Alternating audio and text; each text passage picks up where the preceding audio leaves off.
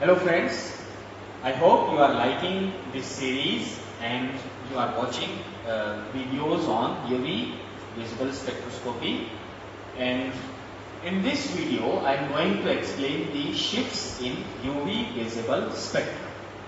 तो जैसे हम पहले बात कर चुके हैं, if we look into the UV spectrum, the UV spectrum look like it have broad peaks. इस तरह से दिखता है कि इसमें broad peaks हैं, and how the broad structure is obtained वो हम already discuss कर चुके हैं in one of the video. At this end we have absorbance, and here we have lambda max wavelength. तो यूवी स्पेक्ट्रम में कैसे shifts हो सकते हैं, क्या कौन कौन सी शिफ्ट हो सकती है? जैसे ये पीक है, तो ये पीक आइदर ये तो राइट डायरेक्शन में शिफ्ट हो जाए, कोई ऐसा कारण जिसकी वजह से राइट डायरेक्शन में शिफ्ट हो जाए, या फिर लेफ्ट डायरेक्शन में शिफ्ट हो सके। और क्या हो सकता है, ये जो पीक है ये हायर ऊपर की तरफ शिफ्ट हो जाए, या फिर यही पीक नीचे की तरफ शिफ्ट हो जाए। तो टोटल 4 तरह की शिफ्टिंग हुई। This peak can shift towards the longer wavelength, higher wavelength.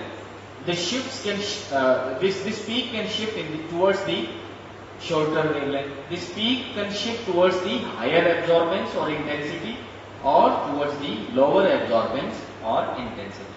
तो ये इस हिसाब से 4 तरह की शिफ्ट बनी.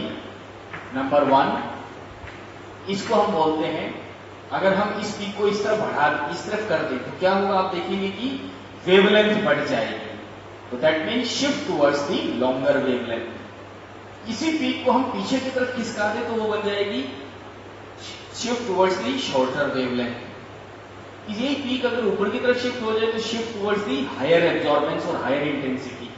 यही पीक अगर नीचे की तरफ शिफ्ट हो जाए तो वो बन जाएगी shift towards the shorter absorbance और शॉर्टर इंटेंसिटी. तो जो ये फर्स्ट वन है, shift towards the longer wavelength is known as bathochromic shift.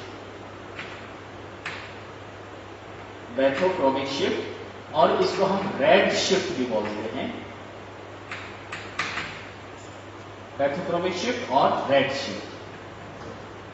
इसी तरह से अगर हम बात करें, जैसे अगर ये शिफ्ट, ये जो पीक है ये अगर लेफ्ट डायरेक्शन में यानी कि शॉर्टर वेवलेंथ की तरफ शिफ्ट हो जाए तो इसको हम कहेंगे हिप्सोक्रोमिक शिफ्ट. हिप्सोक्रोमिक शिफ्ट, और that will be blue shift. If the shift off peak occurs towards the decrease of intensity या shorter intensity, so that will be known as hypochromic shift. Hypo means something less intensity towards the shorter intensity, and shift towards the higher absorbance, that is known as hyperchromic shift. इस तरीके से 4 तरह की peak हो गई: bathochromic shift, hypsochromic shift, hypochromic shift और hyperchromic shift. Bathochromic shift क्या हुई? एक तो UV spectrum is shifted towards the longer wavelength, उसको हम रेड शिफ्ट बोलते हैं. एक the UV spectrum shift towards the shorter wavelength, उसको हम कहेंगे ब्लू शिफ्ट या फिर हिप्सोक्रोमिक शिफ्ट. अगर इंटेंसिटी बढ़ जाती है, हायर इंटेंसिटी की तरफ अगर शिफ्ट हो जाता है स्पेक्ट्रम, तो उसको हम हाइपोक्रोमिक बोलते हैं, और हाइपरक्रोमिक. और अगर शॉर्टर इंटेंसिटी की तरफ होता है तो उसको हम बोलते हैं हाइपोक्रोमिक शिफ्ट. अब होती कैसे है ये? जैसे पिछला एग्जांपल, अगर हम इफेक्ट ऑफ सॉल्वेंट देखें, पिछले लेक्चर में हमने बात की थी इफेक्ट ऑफ सॉल्वेंट में. तो इफेक्ट ऑफ सॉल्वेंट में हमने क्या देखा था कि जो पोलर सॉल्वेंट है वो n to pi star transition को के लिए क्या करता है, लैम्डा मैक्स घटा देता है. That mean shift towards the shorter wavelength, यानी कि polar solvent n to pi star transition के लिए ब्लू शिफ्ट करेगा. और अगर हम पोलर सॉल्वेंट की बात करें और ट्रांजिशन है आपकी पाई टू पाई स्टार ट्रांजिशन, तो हमने देखा था कि लैम्डा मैक्स क्या हो रही थी, इंक्रीज हो रही थी। दैट मीन अगर पोलर सॉल्वेंट है तो पाई टू पाई स्टार ट्रांजिशन को लॉन्गर वेवलेंथ की तरफ शिफ्ट कर देगा। इसका मतलब क्या हुआ कि रेड शिफ्ट या फिर बैथोक्रोमिक शिफ्ट हो जाएगी, right. So now let us take few more examples.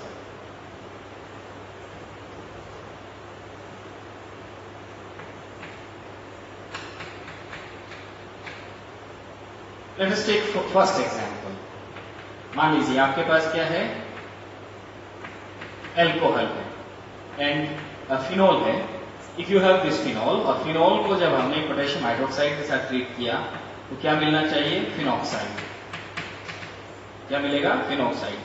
अब आप देखिए फिनोल का जो लॉन पेयर है और यहां पर इलेक्ट्रॉन, तो आप देख सकते हैं कि जो नेगेटिवली चार्ज है यहां पर जो इलेक्ट्रॉन डेंसिटी है that is more, negative charge density is more. यहां पर इलेक्ट्रॉन डेंसिटी ज्यादा है, यहां पर इलेक्ट्रॉन डेंसिटी कम है। इसका मतलब यहां पर क्या होगा, conjugation, amount of conjugation is more. ज्यादा कॉन्जुगेशन की वजह से स्टेबिलिटी, ज्यादा स्टेबिलिटी तो एनर्जी कम होगी, एनर्जी कम होगी तो वेवलेंथ ज्यादा होगी। तो अगर हम बात करें फिनोल के लिए, lambda max 210 nanometre and for this phenoxide this value is 235 nanometre. इसका मतलब क्या हुआ, जब आपने फिनोल का यूवी स्पेक्ट्रम रिकॉर्ड किया पोटेशियम हाइड्रोक्साइड या एल्केलाइन सॉल्यूशन में, एल्केलाइन मीडियम में जब आपने इसका स्पेक्ट्रम रिकॉर्ड किया तो कौन सी शिफ्ट हो जाती है, bathochromic shift.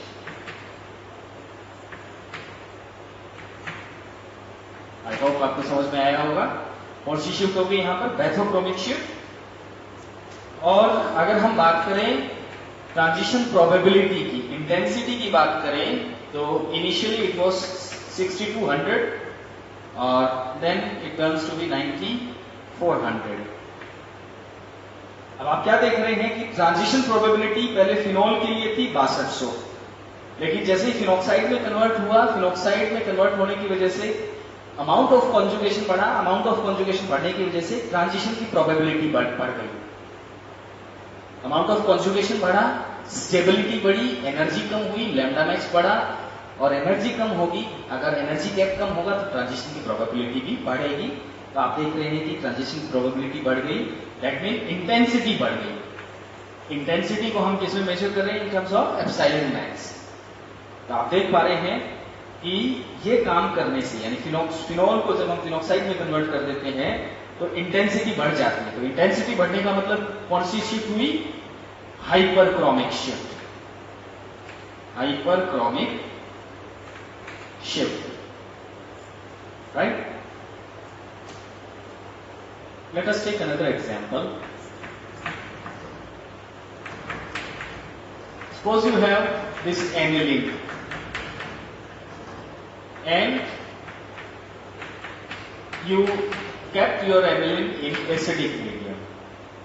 So what will happen in acidic medium, the aniline get converted into anilinium ion. Anilinium ion में convert हो जाएगी।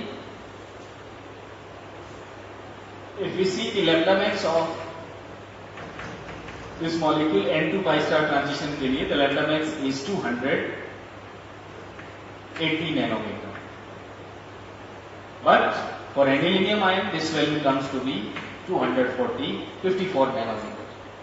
तो आप क्या देख पा रहे हैं कि एनिलीन के केस में देयर वाज लॉन पेयर, जिसकी वजह से कॉन्जुगेशन हो रही थी, कॉन्जुगेशन की वजह से स्टेबिलिटी की वजह से एनर्जी कम हो जाती है, एनर्जी कम होने की वजह से लैम्डा मैक्स ज्यादा।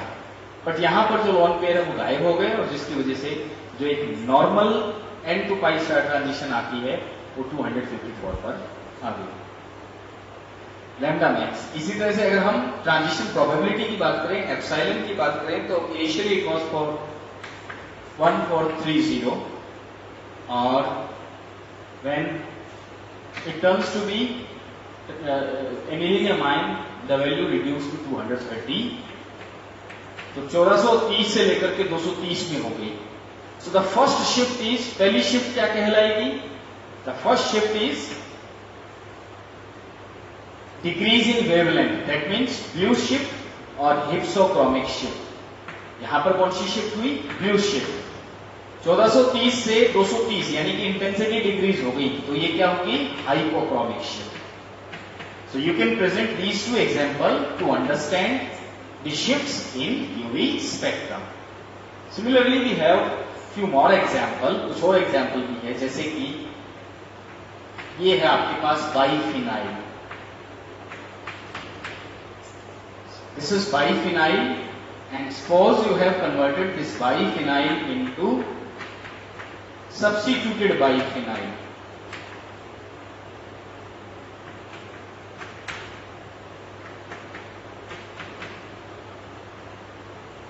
So can you guess कि biphenyl से substituted biphenyl यानी 1 से 2 में जब जाएगा तो lambda max बढ़ेगी घटेगी? You can think whether there is increase in wavelength or decrease in wavelength, increase in intensity or decrease in intensity. So if you get the answer, you can suggest your answer in comment section. If you give the answer, definitely I will give you reply, and I shall be waiting for your response in the comment section. So that means when you convert 1 to 2, which type of shift should be there? Orthochromic, hypsochromic, hyperchromic or hypochromic. So with this, thank you very much for your patient listening, and I hope you are liking this series. And once again,